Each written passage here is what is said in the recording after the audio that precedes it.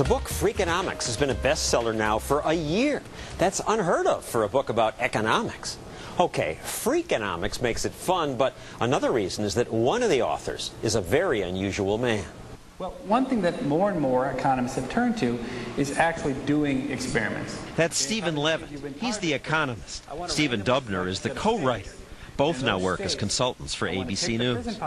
Levitt's the one who solves the puzzles. So are there more guns or people in the United States? At the University of Chicago, his classes have waiting lists. There was a lottery to get into the class. Yeah, there were a lot of people who wanted to get into it, and there just wasn't enough room. What made Levitt really famous was this article that Dubner did on him, calling him the most brilliant young economist in America. After this article ran, you got all kinds of strange phone calls. Yeah, everybody from the Yankees to U.S. senators, the CIA. The CIA? The article ended by me claiming that given the right data, I'd be better at catching terrorists than the CIA. And the CIA was interested in understanding how I was going to do that. 66%. Dubner describes Levitt as high nerd, and it's a good description. He wears kind of nerdy clothes and has a cute little professorial lisp. Okay, so lots of dimensions. And Levitt admits he's a nerd. Yeah. Oh my goodness, you're so lucky. You call yourself the weakest human being alive? Absolutely. I need my wife to open jars for me. I'm not proud of it, but you got to admit to what you are. Robert. He may be a nerd, but he's an effective one. A few years ago, Levitt noticed that student test results in Chicago were going up.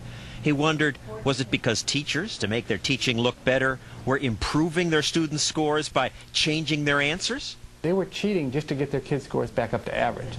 No one had been able to prove it until Levitt and one of his students found a simple way to check. It turns out the single best indicator that there's cheating going on in a classroom is when the students get the easy questions wrong and the hard questions right. If a student doesn't know that 2 + 2 = 4, the chances that they know that 2 to the 4th is equal to 16 is almost 0. He found clear patterns of cheating that the schools never noticed, says the head of Chicago schools. We then went to those teachers, confronted them with the evidence, and we fired them. Levitt is constantly searching for new ways to understand behavior.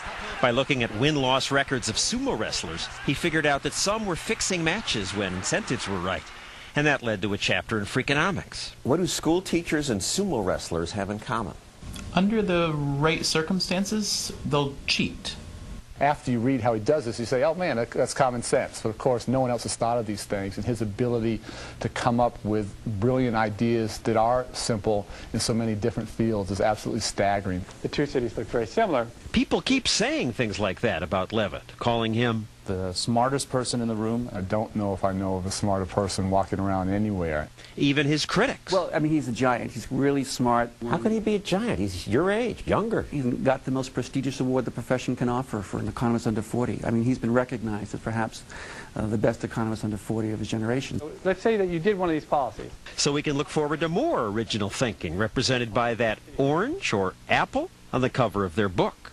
What's the point here? It looks like an apple, and you cut it open, and it's an orange, right? So a lot of things which we assume are one thing, once you look at something not with your emotion or opinion, it turns out to be very different than you thought. 2020 continues after this from our ABC stations.